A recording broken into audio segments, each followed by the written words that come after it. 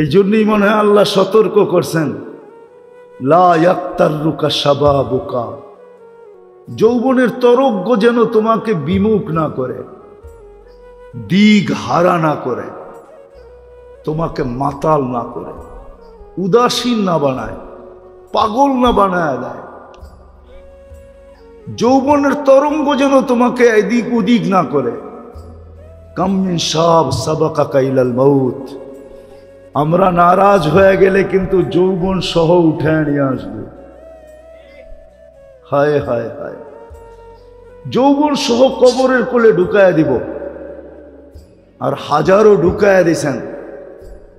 আজকের দুনিয়ায়, আজকের দিনে খুঁজলেও পাওয়া যাবে, সারা দুনিয়ায় কয়েক লক্ষ মানুষ মারা গেছে, তার ভিতরে পাওয়া যাবে যুবকের সংখ্যাই বেশি। চলে যেতে হবে। বাকি নারী পুরুষকে আল্লাহ সতর্ক করছেন, লা তাফরাহ বিদুনিয়াইকা, দুনিয়ার উন্নতি তোমাদেরকে যেন বিমুখ না করে। ফা ইন্নাকা গায়রা মুখাল্লাদ, তুমি চিরঞ্জীব না, চিরঞ্জীব না, চিরঞ্জীব না। এই জন্যই ফেরেশতা কানে ধ্বনি দিবে আইসা,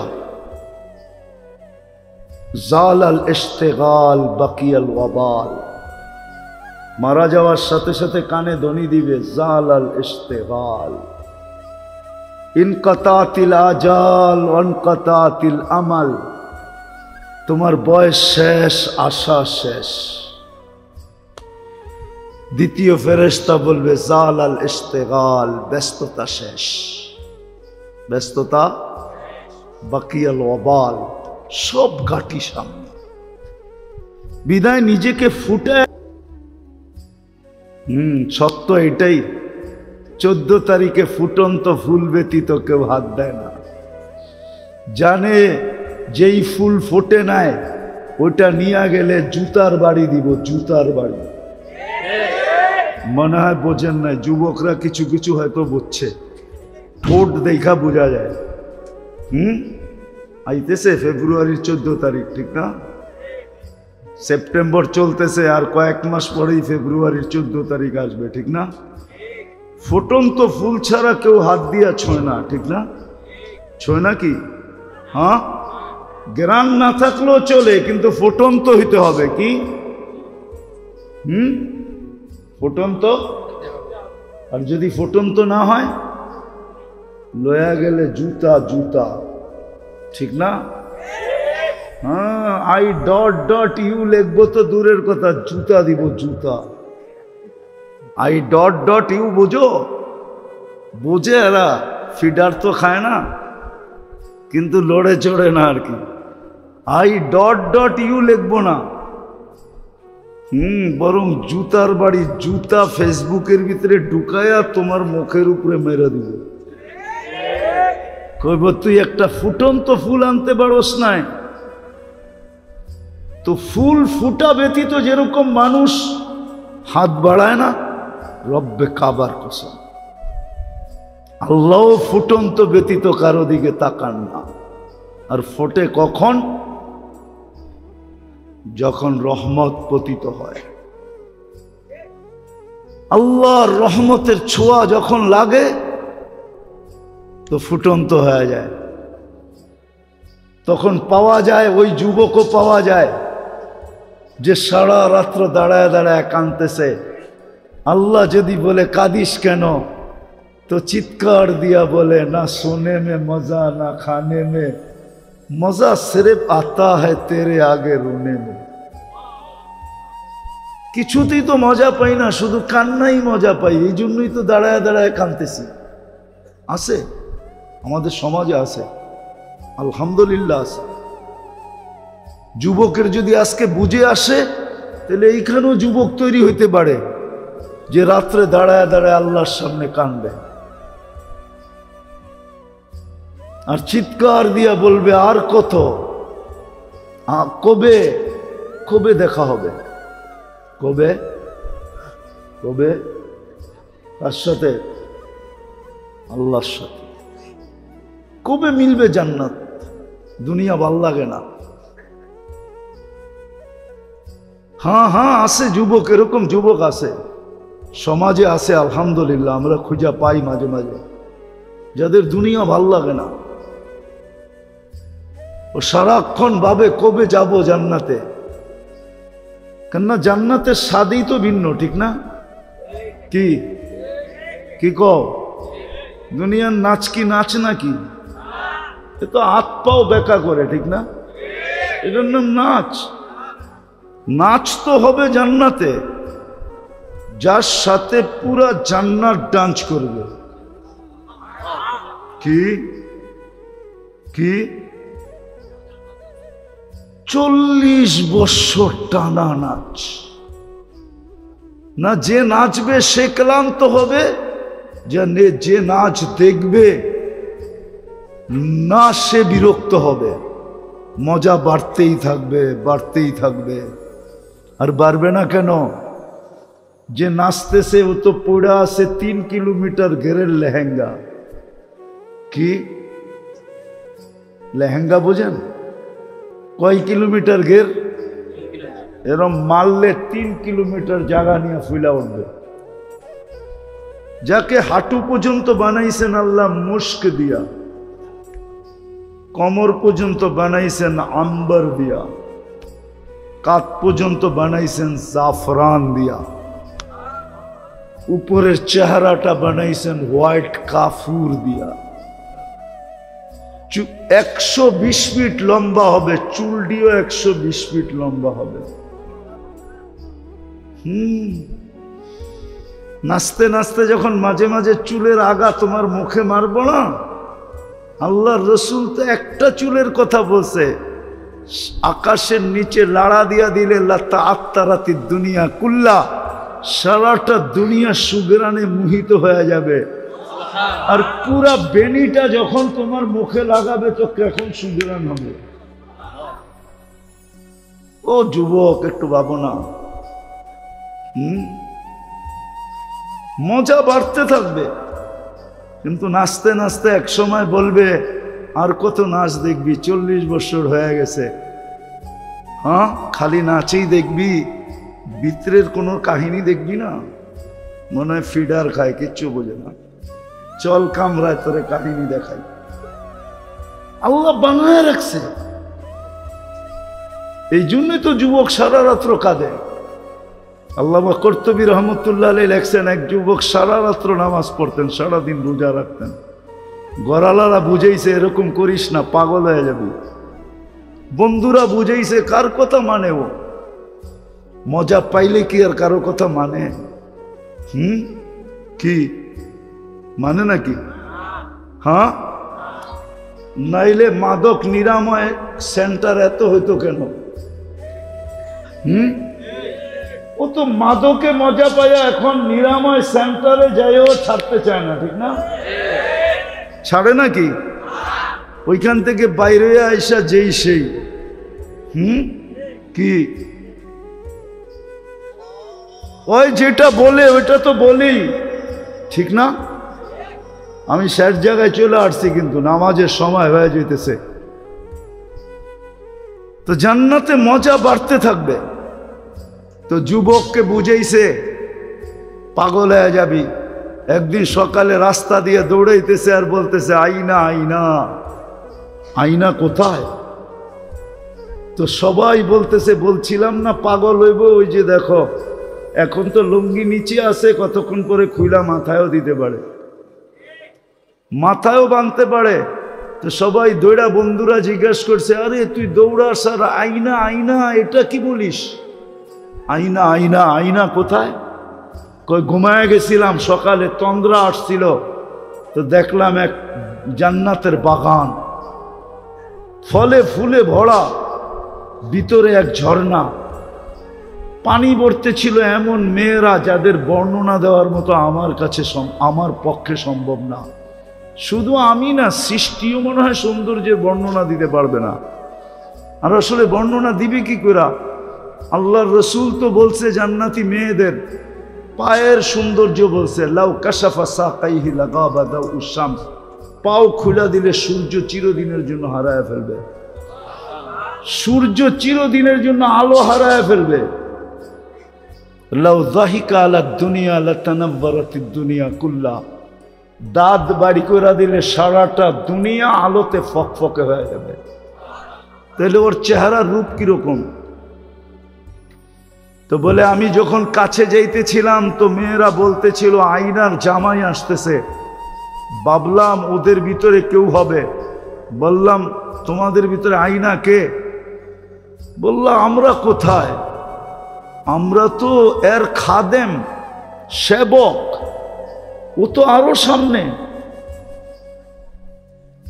বলে স্পিরিট বাড়ায় আগে গেলাম, দেখলাম আরেক বাগান, আরেক ঝর্ণা। প্রথম মেয়েদের চেয়ে কোটি গুণ বেশি রূপসী হবে এই মেয়েরা। ওরাও আমাকে দেখা বলতেছিল আয়নার জামাই আসতেছে। বললাম তোমাদের ভিতরে আয়না কে? করে আমরা কোথায়, আমরা তো সেবক, সে তো আরো সামনে।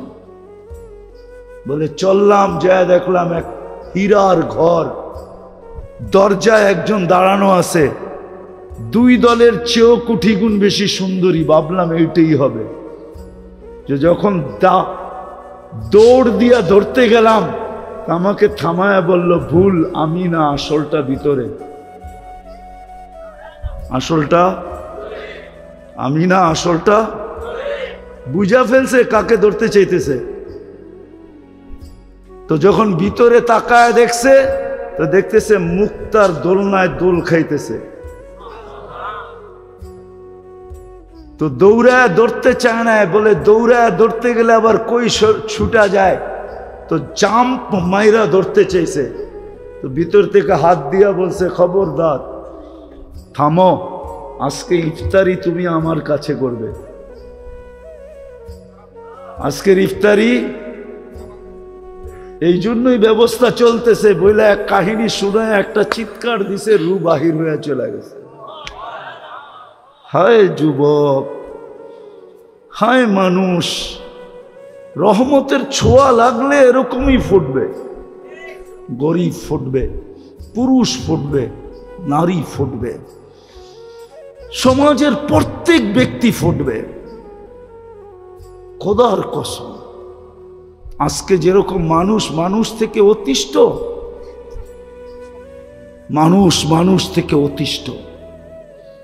চিত্র দেখলে চোখের পানি রাখা যায় না।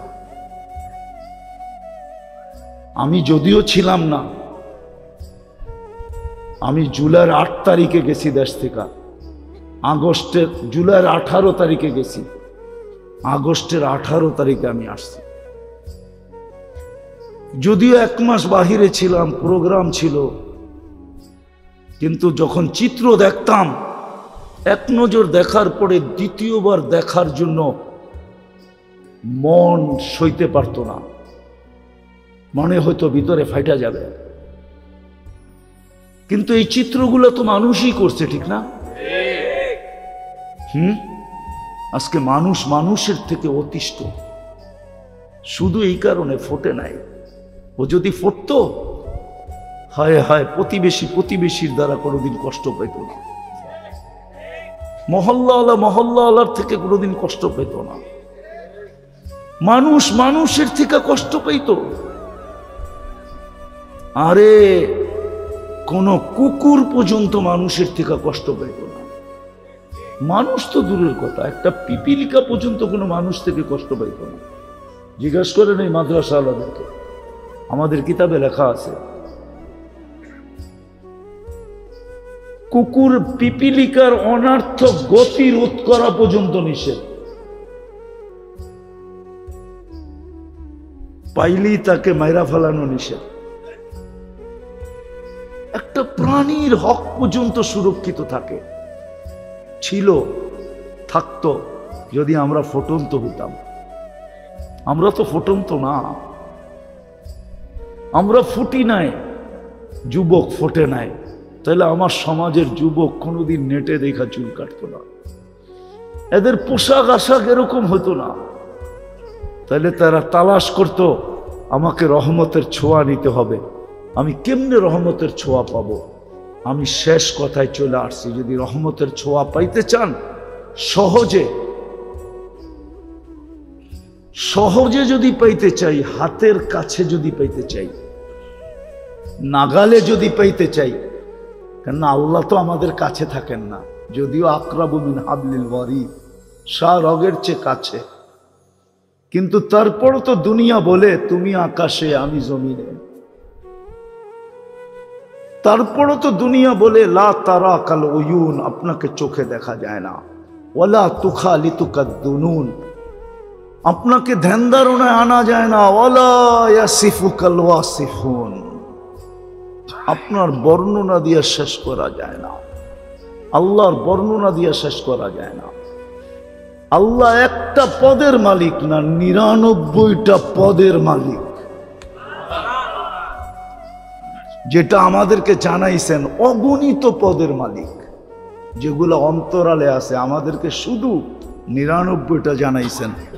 পদবী যে আমি শুধু আল্লাহ না, একটু ভাইবা দেখো আমি কে, আমি শুধু আল্লাহ না, তুমি একটু ভাবো আমি শুধু আল্লাহ না, আমি রহমান, আমি রহিম, আমি মালিক, আমি কুদ্দুস, আমি সালাম, আমি মুমিন, আমি মুহাইমিন, আমি আজিজ, আমি জব্বার, আমি মুতাকাব্বিরুল খালিকুল বারিউল মুসাব্বিরুল গফফারুল কহ্হারুল ওয়াহ্হাবুর রাজ্জাকুল ফাত্তাহুল আলিমুল কাবিদুল বাসিতুল খাফিদুর রাফিউল মুইজ্জুল মুদিল্লুস সামিউল বাসিরুল হাকামুল আদলুল লতীফুল খবীরুল হালিমুল আযীমুল গফুরুশ শাকুরুল আলিয়ুল কবীরুল হাফিজুল মুকিতুল হাসিবুল জলিলুল করিমুর রকিবুল মুজিবুল ওয়াসিউল হাকিমুল ওয়াদুদুল মজিদুল বাঈসুল শহীদুল হকুল ওয়াকিলুল কবিয়ুল মতিনুল ওয়ালিয়ুল হামিদুল মুসিয়াল মুবদিয়াল মুঈদ আল মুহয়ি আল মুমিত আল হাইয়্যু আল কাইয়্যুম আল ওয়াজিদ আল মাজিদ আল ওয়াহিদ আল আহাদ আস সামাদ আল কাদির আল মুক্তাদির আল মুকদ্দম আল মুআখ্খার আল আউয়াল ওয়াল আখির আল যাহির ওয়াল বাতিন আল ওয়ালি আল মুতাওয়ালি আল বাররু আত তাওয়াব আল মুনতাকিম আল আফু আর রাউফ মালিক আল মুলক যাল জালালি ওয়াল ইকরাম আল মুকসিত আল জামি ওয়াল গনি ওয়াল মুগনি আল মানি আদ দার আল নাফি আল নূর আল হাদি আল বদি ওয়াল বাকি আল ওয়ারিস ওয়াল রশিদ আস সাবুর জল্লে জালালু, আমি 99 পদের মালিক আল্লাহ। উনার রহমত সহজে পাবো তো পাবো কি করে? আল্লাহ সহজ করছেন, সহজ করছেন। রহমত পাওয়ার রাস্তা আল্লাহ আমাদেরকে সহজ করে দিছেন। সেটা হলো আমার বন্ধুর বন্ধুত্ব যদি পাও, তাহলে শুধু আমার রহমত পাবে না, আমার বন্ধুত্বও পাবে। শুধু রহমত দিব না, বরং আমি তোমাদেরকে বন্ধু বানায় আনিব, কিন্তু শর্ত হলো আমার বন্ধুকে তুমি বন্ধু বানায় আনো। আজকে আমরা উম্মত বলি বটে, ভালোবাসি বলি বটে, কিন্তু আমার সমাজের কোনো মুসলমান রাসূলুল্লাহ সাল্লাল্লাহু আলাইহি ওয়াসাল্লামকে যেরকম বন্ধু বানানোর দরকার এরকম বন্ধু বানাই নাই। যদি বন্ধু বানাইতাম তাহলে আমি তো মাঝে মাঝে আফসোস করে বলি, যাদেরকে দাড়ি দিলেন জান্নাতে যাওয়ার জন্য, ও দাড়িতে শেভ করে কি করে? হাজি হজের থেকে আয়সা রওজায়ে আতহারের সামনে দাঁড়াইয়া ও আয়সা আবার শেভ করে কি করে? ও যদি বলে আমি রওজায়ে আতহারের সামনে দাঁড়াইছি, আমি তো এই যুগ বিয়োগ মিলাইতে পারি না যে ও আল্লাহর রসুলের রওজার সামনে দাঁড়াইয়া আয়সা আবার শেভ করে কি করে? ও রওজা দেখা আসলো, মদিনা দেখা আসলো, সব বাদ দিলাম। আমি রওজার সামনে দাঁড়ায়া রসুলকে দেখি আর না দেখি, কিন্তু ওলামা তো বলে রওজার সামনে দাঁড়ায়া সালাম দিলে রসুল দেখে এবং শোনে, জবাব দেয়। যাকে আল্লাহ রসুল যার চেহারা দেখলো, ও আবার শেভ করে কি করে? দাড়ি ছাড়া মদিনা যাই কি করে? একটু বিবেক দিয়া চিন্তা করেন, দাড়ি ছাড়া আবার মদিনা যায় কি করে? কি করে যায় মদিনা? একটু দিলে আচর কাটে না, একটু দিলে এই কথা আসে না যে আমি যে রওজার সামনে দাঁড়াবো, আল্লাহর রসুল দেখবে, আমার দাড়ি না দেখলে যদি চেহারাটা ফিরে লয়ে গেল। আল্লাহ রসুল তো চেহারা ফিরাবে না, আল্লাহ তো চেহারা ফিরায় ফেলবে। আল্লাহ তো এটাই বলছেন, রওজার উপরে তো এই লেখাই আছে, আপনার উম্মত ওয়াইদ আন্নাহুম যালামু, আপনার উম্মত গুনাহ করতে করতে কোনো পর্বে যদি আপনার কাছে আসে, সুম্মা জাউকা ওয়াস্তাগফিরুল্লাহ, আমার কাছে মাপ চায়, তা আমি ওর দিকে তাকাবো না, আমি দেখবো আপনার চেহারা কোন দিকে। ওয়াস্তাগফারা লাহুর রাসূল, আপনি যদি একটু ইশারা দেন লাওয়াজাদুল্লাহ তাওয়াবার রহিমা, আমি আল্লাহ পুরো গুনাহ মাফ করে দেব। ওয়ালাউ আন্নাহুম ইযযালামু আনফুসাহুম, নাই কোরআনে? আল্লাহ তো বলে আমি বন্ধুর দিকে দেখব। উম্মত তো বলি রহমতের তো চাই, ফুটাইতে তো চাই, কিন্তু রহমত পাওয়ার তো সহজ পদ্ধতি দিছিলেন যে আমার বন্ধুকে বন্ধু বানাও। এটাই তো মনে হয় কোনো কবি বলছিলেন, क्या वफा तूने मोहम्मद से, क्या वफा तूने मोहम्मद से तो हम तेरे हैं। আমার বন্ধুকে যদি বন্ধু বানাইলা তো আমি তোমার হয়ে যাব, তোমার। এক হাদিসের তর্জমা করছেন কবি, क्या वफा तूने मोहम्मद से तो हम तेरे हैं। ये दुनिया क्या चीज है, দুনিয়ার কি জিনিস, লৌহ কলম তেরে হ্যাঁ, সমগ্র জগৎ তোর হাতে উঠায় দেয়।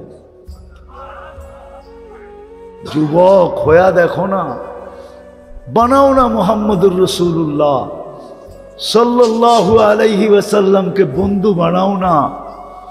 শুধু নাম শুনলে, আমি বিরোধিতা করতেছি না, শুধু নাম শুই না খালি চুমা দিয়া চোখে লাগাইলে হবে না, বন্ধু বানাও, বন্ধু। আল্লাহর রসুলকে বন্ধু বানাও, বন্ধু বানাও। দেখো রহমত কিরকম আসে, দেখো আল্লাহ কিরকম বন্ধু তোমাকে বানায়, তখন মজাই অন্যরকম হবে। বললাম না, তখন সারা রাত্র কানবে আর বলবে সবকো সোনে মে মজা আতা है या खाने में, हमें तो मजा आता है तेरे आगे रोने में। তখন কান্নায় মজা আসবে, তখন সারাদিন ভাববে আর কত জান্নাতে কবে যাব, কবে আল্লাহকে দেখব, কবে আল্লাহকে দেখব। এটাই মনে হয় কোন কবি লেখা গেছিলেন, কুমকুমিয়া হাবিবি কান্তানামু আজাবান লিল মুহিব্বি কাইফা ইয়ানামু। সত্য এটা। আজকে আল্লাহর রসুলকে আমরা বন্ধু বানাই নাই। যদি বানাইতাম তাহলে আমার সমাজের চিত্র এরকম কেন হতো, মুসলমানের অবস্থা, উম্মতের অবস্থা এরকম কেন হতো? যাকে আরশে যায় বলেন না, ও মেরে দোস্ত, আপনাকে আমাকে আর খোদার কসম, আজকে যেরকম মানুষ মানুষ থেকে অতিষ্ঠ, মানুষ মানুষ থেকে অতিষ্ঠ, চিত্র দেখলে চোখের পানি রাখা যায় না। কিন্তু যখন চিত্র দেখতাম, এক নজর দেখার পরে দ্বিতীয়বার দেখার জন্য মন সইতে পারত না, মনে হয়তো ভিতরে ফাইটা যাবে। কিন্তু এই চিত্রগুলো তো মানুষই করছে, ঠিক না? আজকে মানুষ মানুষের থেকে অতিষ্ঠ, শুধু এই কারণে ফোটে নাই। ও যদি ফুটতো, হায় হায়, প্রতিবেশী প্রতিবেশীর দ্বারা কোনোদিন কষ্ট পেত না, মহল্লাওয়ালা মহল্লাওয়ালার থেকে কোনোদিন কষ্ট পেত না, মানুষ মানুষের থেকে কষ্ট পেত। আরে কোন কুকুর পর্যন্ত মানুষের থেকে কষ্ট পেত না। মানুষ তো দূরের কথা, একটা পিপিলিকা পর্যন্ত কোনো মানুষ থেকে কষ্ট পেত না। জিজ্ঞাসা করেন এই মাদ্রাসাওয়ালাদেরকে, আমাদের কিতাবে লেখা আছে কুকুর পিপিলিকার অনার্থক গতি রোধ করা পর্যন্ত নিষেধ, পাইলেই তাকে মাইরা ফেলানো নিষেধ। একটা প্রাণীর হক পর্যন্ত সুরক্ষিত থাকে, ছিল, থাকতো যদি আমরা ফুটন্ত হইতাম। আমরা তো ফুটন্ত না, আমরা ফুটি নাই, যুবক ফোটে নাই। তাহলে আমার সমাজের যুবক কোনোদিন নেটে দেখা চুল কাটতো না, এদের পোশাক আশাক এরকম হতো না। তাহলে তারা তালাশ করত আমাকে রহমতের ছোঁয়া নিতে হবে। আমি কেমনে রহমতের ছোঁয়া পাবো? আমি শেষ কথায় চলে আসছি, যদি রহমতের ছোঁয়া পাইতে চান, সহজে যদি পাইতে চাই, হাতের কাছে যদি পাইতে চাই, নাগালে যদি পাইতে চাই, কেননা আল্লাহ তো আমাদের কাছে থাকেন না, যদিও আকরাবু মিন হাবলিল ওয়ারিদ, রগের চেয়ে কাছে, কিন্তু তারপরও তো দুনিয়া বলে তুমি আকাশে আমি জমিনে। তারপরও তো দুনিয়া বলে লা তারা কাল উয়ুন, আপনাকে চোখে দেখা যায় না, ওয়ালা তুখালিতুকাদ দুনুন, আপনাকে ধ্যান ধারণায় আনা যায় না, ওয়ালা ইয়াসিফুকাল ওয়াসিফুন, আপনার বর্ণনা দিয়ে শেষ করা যায় না, আল্লাহর বর্ণনা দিয়ে শেষ করা যায় না। আল্লাহ একটা পদের মালিক না, 99টা পদের মালিক, যেটা আমাদেরকে জানাইছেন, অগণিত পদের মালিক, যেগুলো অন্তরালে আছে, আমাদেরকে শুধু 99টা জানাইছেন। পদবী যে আমি শুধু আল্লাহ না, একটু ভাইবা দেখো আমি কে, আমি শুধু আল্লাহ না, তুমি একটু ভাবো আমি শুধু আল্লাহ না, আমি রহমান, আমি রহিম, আমি মালিক, আমি কুদ্দুস, আমি সালাম, আমি মুমিন, আমি মুহাইমিন, আমি আজিজ, আমি জব্বার, আমি মুতাকাব্বিরুল খালিকুল বারিউল মুসাব্বিরুল গফফারুল কহ্হারুল ওয়াহ্হাবুর রাজ্জাকুল ফাত্তাহুল আলিমুল কাবিদুল বাসিতুল খাফিদুর রাফিউল মুইজ্জুল মুদিল্লুস সামিউল বাসিরুল হাকামুল আদলুল লতীফুল খবীরুল হালিমুল আযীমুল গফুরুশ শাকুরুল আলিয়ুল কবীরুল হাফিজুল মুকীতুল হাসিবুল জলিলুল করিমুর রকিবুল মুজিবুল ওয়াসিউল হাকিমুল ওয়াদুদুল মজিদুল বাঈসুল শাহীদুল হকুল ওয়াকিলুল কবিয়ুল মতিনুল ওয়ালিয়ুল হামিদুল মুসিয়াল মুবদিয়াল মুঈদ আল মুহয়ি আল মুমীত আল হাইয়্যু আল কাইয়্যুম আল ওয়াজিদ আল মাজিদ আল ওয়াহিদ আল আহাদ আস সামাদ আল কাদির আল মুক্তাদির আল মুকদ্দম আল মুআখ্খার আল আউয়াল ওয়াল আখির আল যাহির ওয়াল বাতিন আল ওয়ালি আল মুতাওয়ালি আল বাররু আত তাওয়াব আল মুনতাকিম আল আফু আল রাউফ মালিক আল মুলক যাল জালালি ওয়াল ইকরাম আল মুকসিত আল জামি ওয়াল গনি ওয়াল মুগনি আল মানি আদ দার আল নাফি আল নূর আল হাদি আল বদি ওয়াল বাকি আল ওয়ারিস ওয়াল রশিদ আস সাবুর জল্লে জালালু, আমি 99 পদের মালিক আল্লাহ। উনার রহমত সহজে পাবো তো পাবো কি করে? আল্লাহ সহজ করছেন, সহজ করছেন। রহমত পাওয়ার রাস্তা আল্লাহ আমাদেরকে সহজ করে দিছেন। সেটা হলো আমার বন্ধুর বন্ধুত্ব যদি পাও, তাহলে শুধু আমার রহমত পাবে না, আমার বন্ধুত্বও পাবে। শুধু রহমত দিব না, বরং আমি তোমাদেরকে বন্ধু বানায় আনিব, কিন্তু শর্ত হলো আমার বন্ধুকে তুমি বন্ধু বানায় আনো। আল্লাহর রহমত যখন আমাদের উপরে হবে, দেখেন এটা বিজ্ঞান এই কথা মানে, স্বীকার করে, চাঁদের আলো যদি না হইতো না, তাহলে আমাদের কোনো ফুলে রং হইতো না। এটা কিন্তু বিজ্ঞান স্বীকার করে।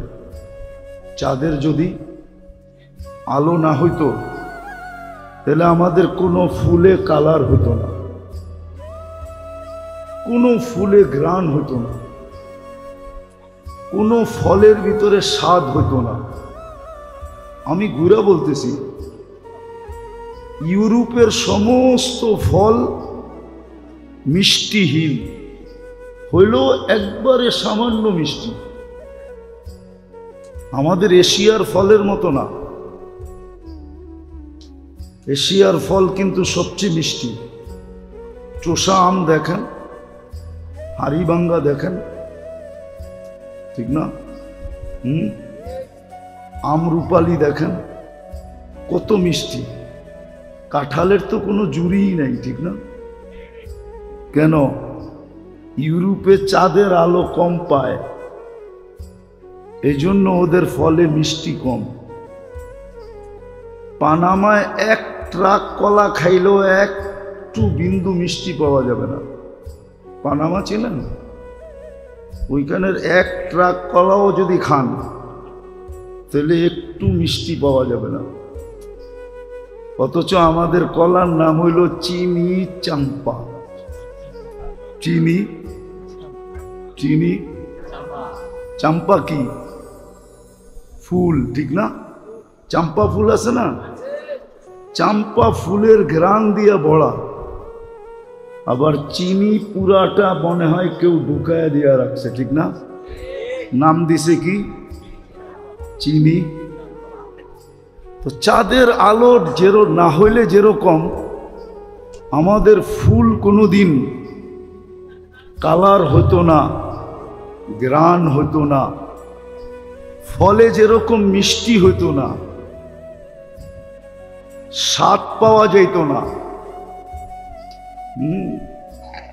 বড় স্বাদ আমাদের ফলের, এশিয়ার ফলের স্বাদ সবচেয়ে জানেন তো না, দুনিয়া ঘোরেন তো না, কোত্থেকে বুঝবেন? এশিয়ার ফলের যে কদর মূল্য সারা দুনিয়ায় সেমন মূল্য। তো এটা চাঁদের আলো না হইলে যেরকম হতো না,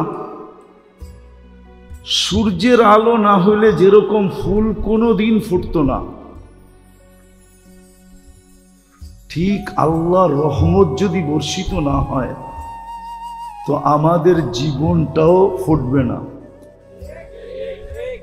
যুবকের যৌবন ফুটবে না। আল্লাহর রহমত যদি যৌবনের উপরে না হয় তাহলে যৌবন ফুটবে না। ফুটা বোঝেন? দুনিয়ার ফুটা বলতেছি না আমি। দুনিয়ার মানুষের তো রুচিও নষ্ট হয়, ঠিক না?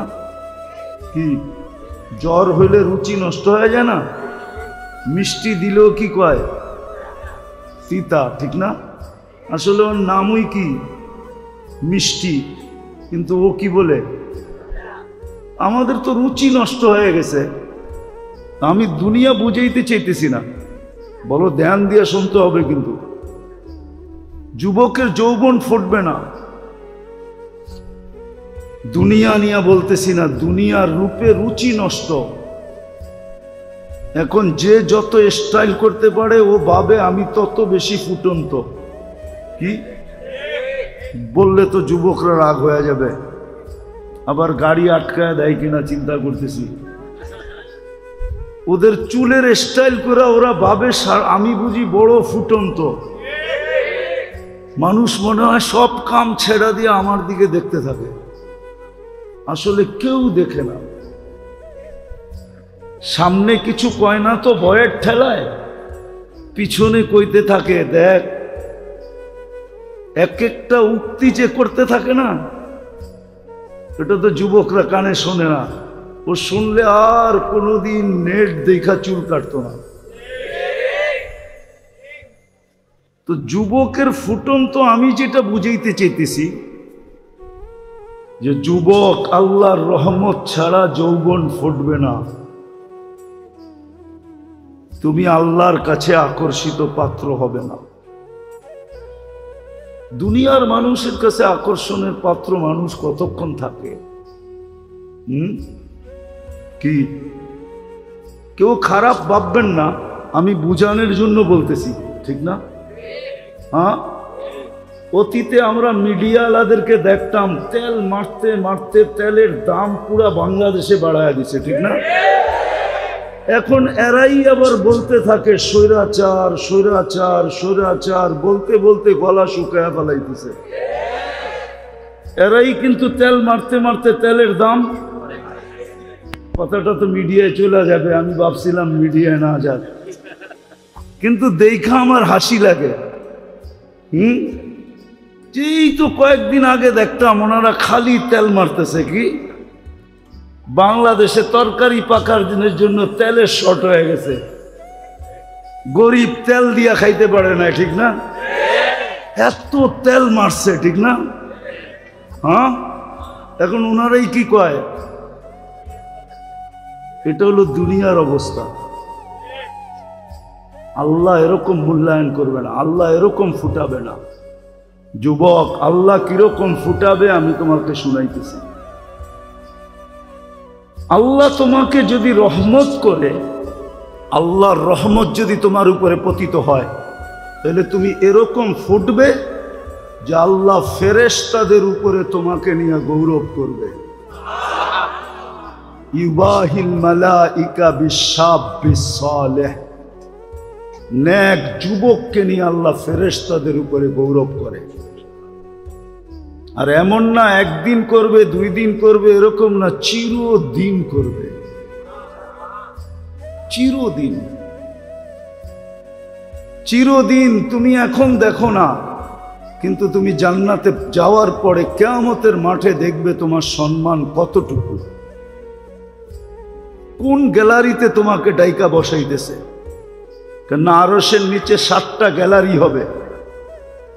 একটা গ্যালারিতে লেখা থাকবে লা ইয়াদখুলুহা, এর ভিতরে কেউ ঢুকতে পারবে না, ইল্লা শাবুস সালেহ, নেক যুবক ঢুকবে শুধু। বলো তোমার কিরম মর্যাদা? আরশের নিচে বসাবে। যেই দিন আরশের নিচটাই শুধু শীতল থাকবে, ছায়া যুক্ত থাকবে, শীতল থাকবে, কুদরতি এসি চলতে থাকবে, তোমার সামনে দিয়া জান্নাতের নেয়ামত ঘুরতে থাকবে।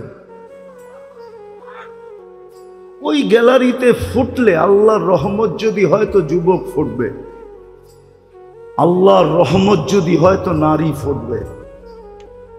নাইলে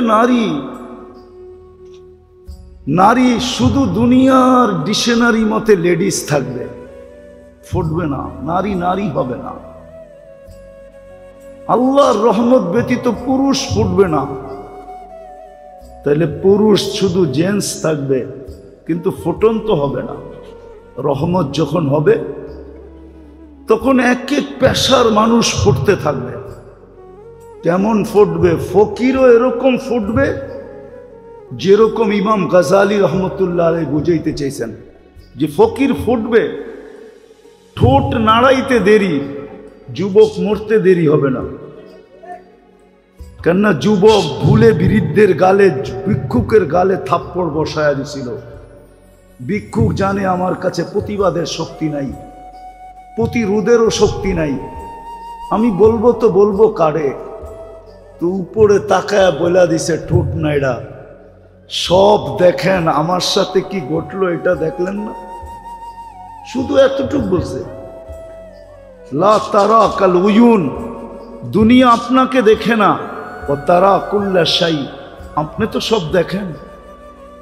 ফালা তারা মা বি, আমার সাথে কি ঘটলো এটা কি দেখলেন না? অথচ উচ্চ স্বরেও বলে নাই, বড় নিম্ন স্বরে বলছে, কিন্তু যে আরশের সাথে সাথে হিট করছে। যুবক সাথে সাথে মারা গেছে। এলাকাবাসী ঘিরা ধরছে, কি করলে? তো বৃদ্ধ হাসতেছিল আর বলতেছিল প্রেমের খেলা হয়ে গেছে। কিসের খেলা? প্রেমের খেলা। বলছে এখানে আবার প্রেম আসলো কোত্থেকা? বলছে ওর প্রেমিকার গায়ে আমার পায়ের কাদা লাগছিল, ও সইতে পারে নাই, যৌবনী শক্তি দিয়া বৃদ্ধ গালে থাপ্পড় বসায়া দিছে। আমাকেও একজন ভালোবাসে, কিন্তু সে জমিনে না, সে আকাশে। উনিও সইতে পারে নাই, প্রতিশোধ নিতে দেরি করে নাই, সাথে সাথে জান নিয়ে নিছে। তো ভিক্ষুকও এরকম ফোটে, এটার নাম আমি ফুটা বলতেছি, ফুটা। ফুল যেরকম ফোটে, তো ভিক্ষুকও এরকম ফোটে। নারীও ফুটার মতো ফোটে। হাজারো কাহিনী এখানে আনা যাবে যে নারী কেমন ফুটা ফুটছে। রাবেয়া কেমন ফুটছে, রাবেয়া বসরি কেমন ফুটছে। আজও মানুষ তার নাম নিয়ে চুমা দেয়, ঠিক না? আজও তার নামের বই নিয়ে মা বোনরা বুকে লাগায়। আজও রাবেয়ার কাহিনী শুনতে বলতে সবার ভালো লাগে, অথচ রাবেয়ার বাড়ি তো আমি দেখা আসছি, রাবেয়ার দেশও তো আমি দেখা আসছি। আমি 6 বার দেখছি রাবেয়ার দেশ, 6 বার দেখছি রাবেয়ার বাড়ি। এত বড় বুজুর্গ তো না, 6 বার দেখছি রাবেয়ার দেশের মেয়েগুলা কিরকম।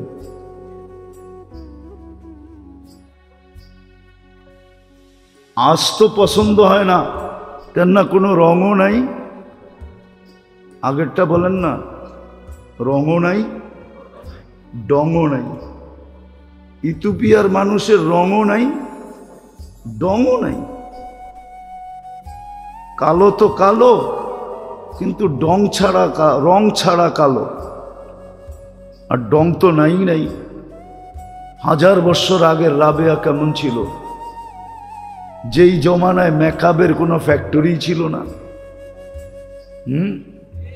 কি কোনো মেকআপ বক্সই ছিল না, কি জানি লাগায় না, আইবুরু সাইবুরু, এগুলো কিছুই তো এই জমানায় ছিল না। বর্তমানে তো সব আছে, ঠিক না? তারপরও তো এই দেশের মানুষগুলা দেখলে মাঝে মাঝে হাসি পায়। রুমাল সব সময় হাতে রাখতে হয়, যে হাসি যদি দেখা জিজ্ঞাসা করে তুই আমাকে দেখা হাসলি কেন, কি জবাব দিব? কেননা নাকেরও কোনো ডক নাই, ঠোঁটেরও কোনো ডক নাই, কোনো রং নাই, ডং নাই। কিন্তু রাবেয়া কেমন ফুটছে বলেন? বেলাল রাদিয়াল্লাহু তাআলা আনহু তো ওই দেশের, উনি কেমন ফুটছে? সব বাদ দিলাম, ফেরাউনের বাড়ির কিতদাসী কেমন ফুটছে, যার কবরের সুগ্রাণ দেখা আল্লাহ রসুল দাঁড়ায় গেছে, জিজ্ঞাসা করছে, জিবরিল ইন্নী আজিদু রিহা জান্নাহ হা হুনা, এইখানে জান্নাতের সুগ্রাণ পাওয়া যায়। তো হাইসা বলছে, জান্নাতের সুগ্রাণ না, ফেরাউনের বাড়ির কিতদাসী, নাম ছিল মাস্তা, মাস্তার কবর থেকে সুগ্রাণ বাহির হতেছে। বলছে কতদিন বাহির হবে? বলছে ইলা ইয়াউমিল কিয়ামা, কিয়ামতের সকাল পর্যন্ত বাহির হবে, কিয়ামত পর্যন্ত বাহির হবে। কেমন ফুটা পড়ছে, কেমন ফুটা পড়ছে। বাদশাও ফুটতে পারে, কেমন ফুটা ফুটছে বাদশাহ। হ্যাঁ, 47 বৎসর পরে কবর খোলা হয়েছে। কত বৎসর পরে? 47 বৎসর পরে সুলতান মাহমুদ গজনবী রহমতুল্লাহ আলাইহির কবর খুলা দেখছে, যেমন রাখছিল অমনি রাখা আছে, কাপড়ে মাটির একটু দাগও লাগে নাই, হাত দুইটা বুকের উপরে বাঁধা আছে। উঠায়া দেখছে নরম তুলতুলে, মনে হয় এই মাত্র ঘুমাইছে। ফ্রান্সিসি ইঞ্জিনিয়ার চেহারার থেকে কাপড় খুলছে আর একটা চিৎকার দিয়া বেহুশ হয়ে গেছে। হুশে আইসা বলছে কলেমা পড়ায়া দাও। বলছে কি দেখা কলেমা পড়লা? বলে ওটা বলা যাবে না, কি দেখা কলেমা পড়লাম। পড়ায়া দাও, এটা বলতেছি পড়ায়া দাও। মনে হইতেছে এখন ঘুমাইল। 47 বৎসর পরে, যিনি আমাদেরও রাজা ছিলেন, ভারতবর্ষ যিনি স্বাধীন করছেন, সুলতান মাহমুদ গজনবী, সেই রাশিয়ার মাথা থেকে নিয়ে ভারতবর্ষের শেষ মাথা পর্যন্ত, যার পায়ের নিচে ছিল, পায়ের নিচে এত বড় রাজা, কেমন ফুটা ফুটছে বলেন? ফুটলে দরবেশ এরকমই ফুটে। শাহজালাল রহমতুল্লাহ আলাইহি কেমন ফুটা ফুটছে, যে মুসল্লায় বৈশাখ পার হইতেছে। সাহাবা তো গোড়া দিয়া পার হইছে, উনি মুসল্লা দিয়ে পার হইতেছে। উনি কি সুরমা নদী পার হন নাই? কি দিয়া? জায়নামাজ দিয়া পার হন নাই? ভিজা গেছিল? ভিজেও নাই, ডোবেও নাই।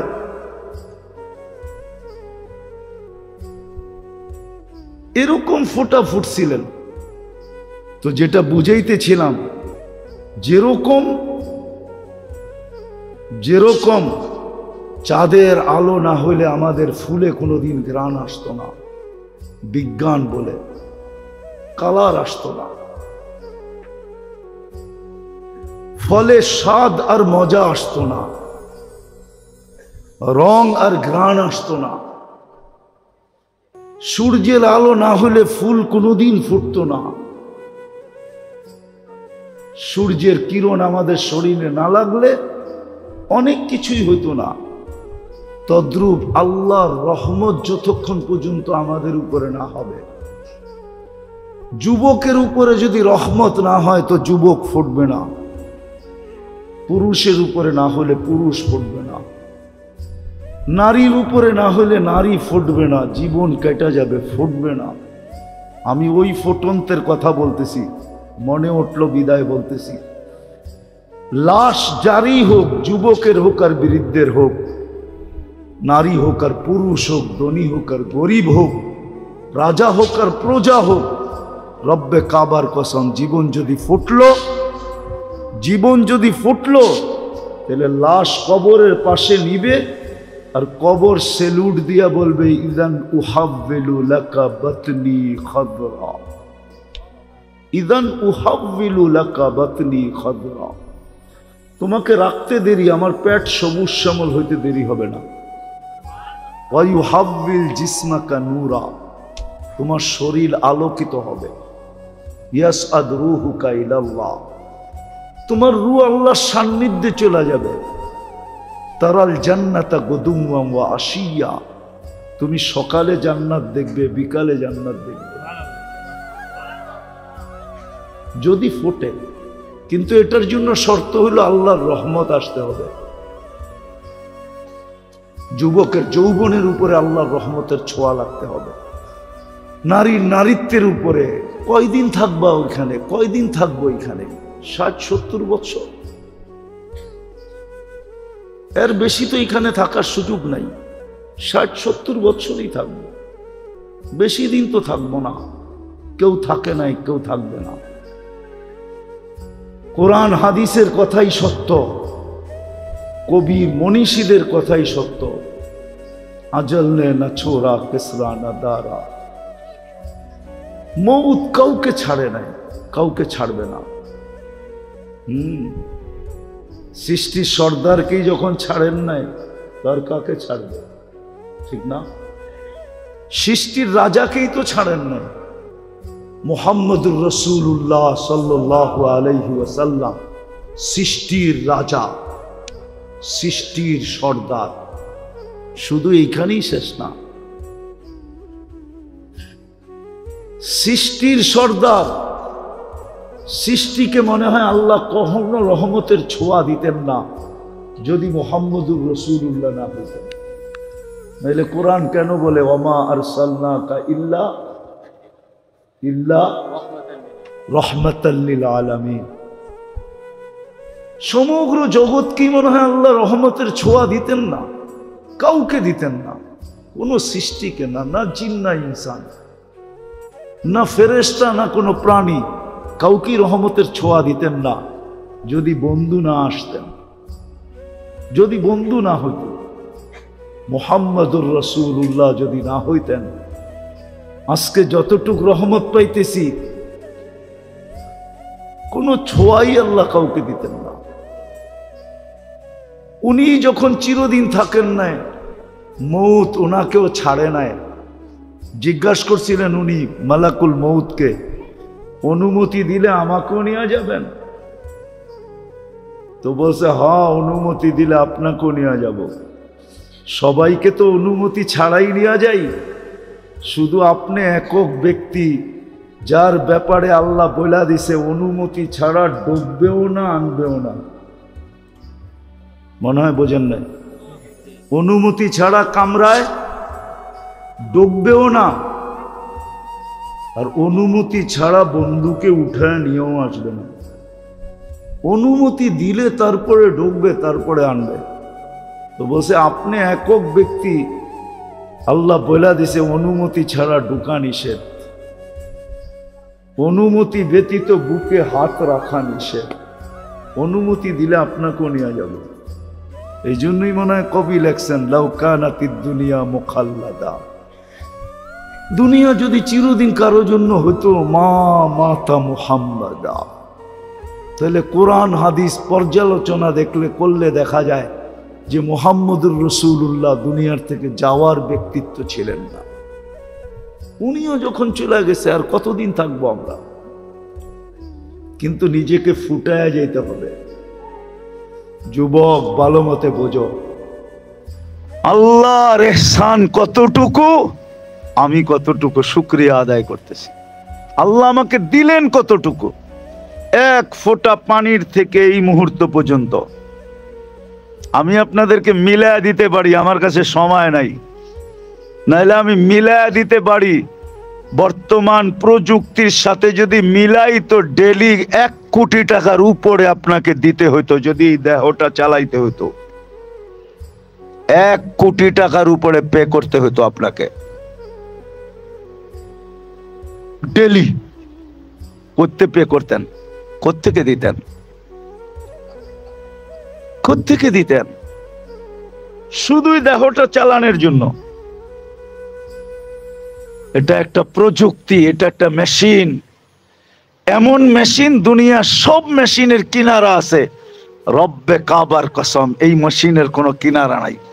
মানুষ নামের মেশিনের একটা অঙ্গেরও কিনারা নাই। কিনারা যদি থাকতো তাহলে প্রত্যেক অঙ্গের ডাক্তাররা, কোনো না কোনো অঙ্গের ডাক্তাররা ডিক্লার দিত যে এই অঙ্গের গবেষণা শেষ। আজ পর্যন্ত দিতে পারে নাই। কিয়ামতের সকাল পর্যন্ত কোনো ডাক্তার, সারা দুনিয়ার ডাক্তার মিলাও ঘোষণা দিতে পারবে না যে এই অঙ্গের গবেষণা শেষ। চোখের গবেষণা শেষ, বা কানের গবেষণা শেষ, বা নাকের গবেষণা শেষ, বা গলার গবেষণা শেষ, বা মুখের গবেষণা শেষ, বা হার্টের গবেষণা শেষ, কিডনির গবেষণা শেষ, লিভারের গবেষণা শেষ, অথবা ফুসফুসের গবেষণা শেষ। আরে সব বাদ দিলাম, 32টা দাঁতের গবেষণা শেষ, মাত্র 32টা। কোনোদিন দিতে পারবে না। এটা চালাইতে হলে অনেক কিছু দিতে হইতো। এই জন্য আসেন চিন্তা করি, রাস্তা এখনো খোলা আছে। হ্যাঁ হ্যাঁ, চিন্তায় আপনাকে ওইখানে উঠাবে। আপনি যদি চিন্তা না করেন তাহলে আপনার ভিতরে খুলবে না। চিন্তা যখন করবেন যে হায় মালিক তুমি দিলা কতটুকু, আমি দিলাম কতটুকু, তুমি করলা কতটুকু, আমি করলাম কতটুকু, তোমার দয়া কতটুকু, বিপরীতে আমি কি করলাম, তোমার নেয়ামত আমার উপরে কতটুকু, আমি নেয়ামতের বিপরীতে আমি করলাম কতটুকু। দুনিয়া 60-70 বছর, মাসলা তো আখেরাত। নাইলে আপনার আমার নবী এত বড় কান্না কানতেন কেন, এত বড় চিৎকার দিতেন কেন? হিমামুনাল আখেরা, আমার সবচেয়ে বড় মাথা ব্যথা আখেরাত। অথচ কদ গফারাল্লাহু মান তাকাদ্দামা মিন যামবিহি ওয়া মা তাআখার। আম্মা জান বলতেছে ইয়া রাসূলুল্লাহ, আপনার চিন্তা দেখলে তো আমাদেরও চিন্তায়, আমরাও তো চিন্তায় পেরেশান হয়ে যাই। আপনি তো আগে পিছিয়ে মাফ করে দিয়েছেন, এত পেরেশান কেন আপনি? বলছে আয়েশা, 2টা কারণ। একটা হলো আলাম আকুন আবদান শাকুরা, আমি কি শুকরিয়া আদায় করতে পারতেছি কিনা, এই চিন্তায় আমি পেরেশান। এটা তো আমার ব্যক্তিগত, যে আমি আলাম আকুন আবদান শাকুরা, আমি কি শুকরিয়া আদায় করতে পারতেছি কি পারতেছি না, এই চিন্তা একটা আমার। দ্বিতীয়, আমার আরেকটা চিন্তা আমার উম্মত নিয়ে আমার চিন্তা। আমার চিন্তার চেয়েও আমার উম্মতের চিন্তা বেশি, উম্মতের ব্যথা বেশি। আমি সারাদিন উম্মতকে নিয়ে চিন্তা করি, আমার উম্মতের কি হবে, উম্মতের কি হবে। আমি আজকে যেই মালা পড়া যাইতেছি আরশে, কাল কিয়ামতের মাঠে এরকম উঠতে পারবো কিনা উম্মতকে নিয়ে। না ওই দিন আমাকে লজ্জিত হইতে হবে? মেরে দোস্ত একটু ভাবেন। এই জন্যই তিন জিনিসের শুকরিয়া আদায় করা দরকার। মানুষ হিসাবে একদিকে, মুসলমান হিসাবে আরেক দিকে, উম্মত হওয়া হিসাবে আরেক দিকে। তিন ধরনের শুকরিয়া আমাদের উপরে ফরজে আইন ছিল।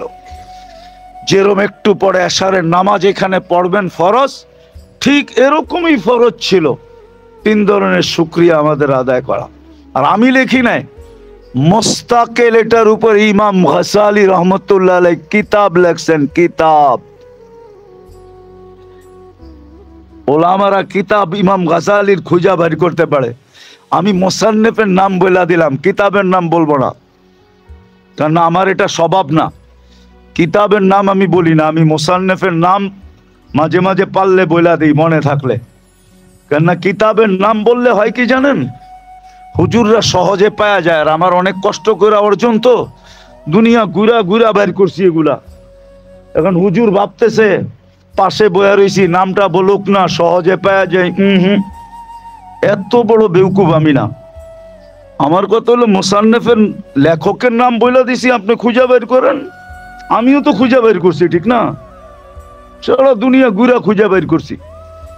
তো ইমাম গাসালি রহমতুল্লাহ আলাইহি কিতাব লেখছেন, মুস্তাকিল বই লেখছেন এটার উপরে, যে মানুষ হিসাবে শুকরিয়া, মুসলমান হিসাবে শুকরিয়া, উম্মত হিসাবে শুকরিয়া, আরো হাজারো নেয়ামতের উপরে শুকরিয়া। কিতাবের নামই হলো শুকুর। শুকুরের উপরে শুধু উনি একা লেখেন না, আরো অনেকে লেখছে। আমার জ্যাবেই মনে হয় 10টা আছে লোড করা আমার মোবাইলে, শুধু শুকরিয়ার উপরে কিতাব। আমাদের শুকরিয়া আদায় করা উচিত। কি মুখ দেখামু আল্লাহকে কালকে?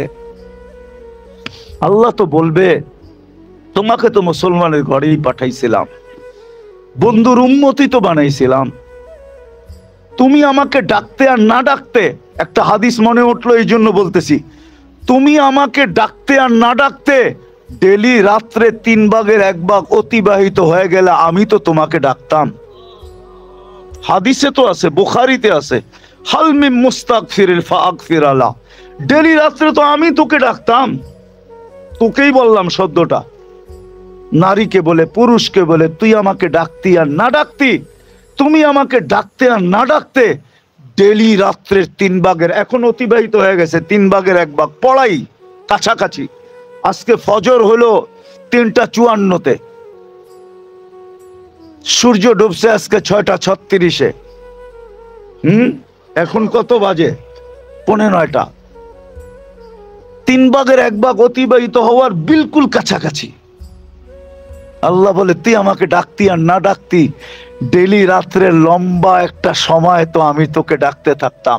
হাল মিন মুস্তাগফির, হাল মিন মুস্তাগফির, হাল মিন মুস্তাগফির ফাগফির আলা।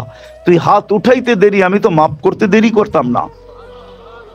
আমি তো যাইতামই, আবার কোথার থেকে ডাকতাম? আরশ থেকে? না না না না না না, আমি তো তোদের বাড়ির ছাদে চলে যেতাম, প্রথম আকাশে চলে আসতাম, যেটা তোদের দুনিয়ার ছাদ, ওইখানে চলে আসতাম। আজকে আফসোস, মালালা মালের শুকরিয়া আদায় করে না, যুবক যৌবনের শুকরিয়া আদায় করে না, পুরুষ পুরুষত্বের শুকরিয়া আদায় করে না, নারী নারীত্বের শুকরিয়া আদায় করে না, জমিনওয়ালা জমিনের শুকরিয়া আদায় করে না, জিন্দেগিওয়ালা জিন্দেগির শুকরিয়া আদায় করে না। বাইচা আছেন, এটাই অস্বাভাবিক।